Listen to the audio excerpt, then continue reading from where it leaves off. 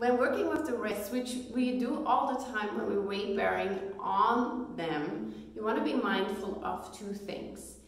A, when you bring your palms together in Anjali Mudra, including through the connection of the four corners of your palms, index, pinky finger mounted in around the wrist and fingertips, yeah, and you plug your shoulder blades together, you plug your upper arms in, so there's a connection from the periphery of your body all the way into the upper back, as we will treat this as one, and as it acts as one.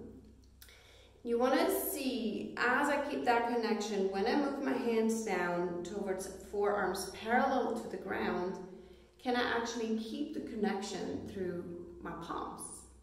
And if that's not happening and your wrist moves apart, if they move apart when you move down, you know, okay, there's structures right here in my flexors that are simply too tight or too short.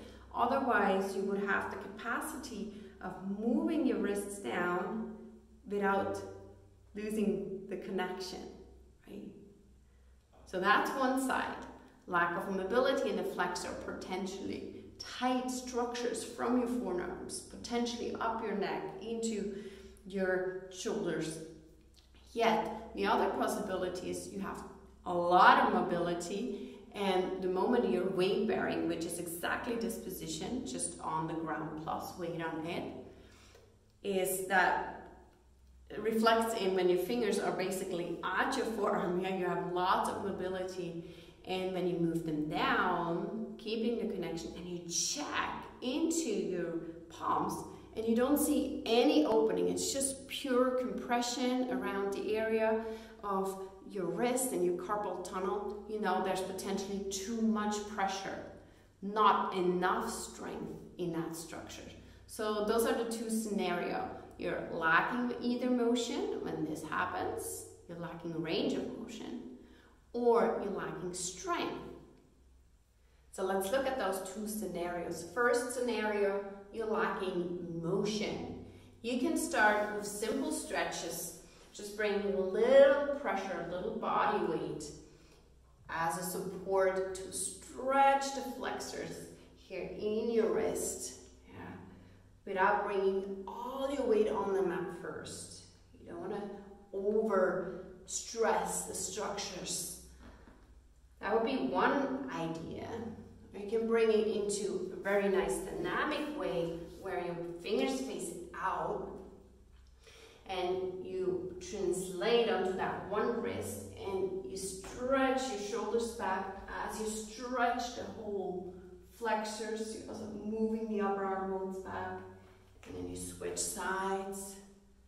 So you gotta keep that elbow connection in order to get that upper arm bone back. So many ways to mobilize the flexors. Now in the second scenario, when you're like, oh, I have a lot of mobility, but when I check, there's actually pure compression in this area where truly I should have a little arch in the palm.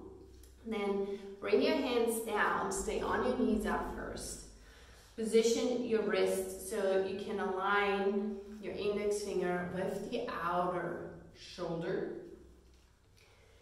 And then collect through those four corners, the fingertips, and start lifting your wrists off the ground. I call them wrist pumps. Yeah.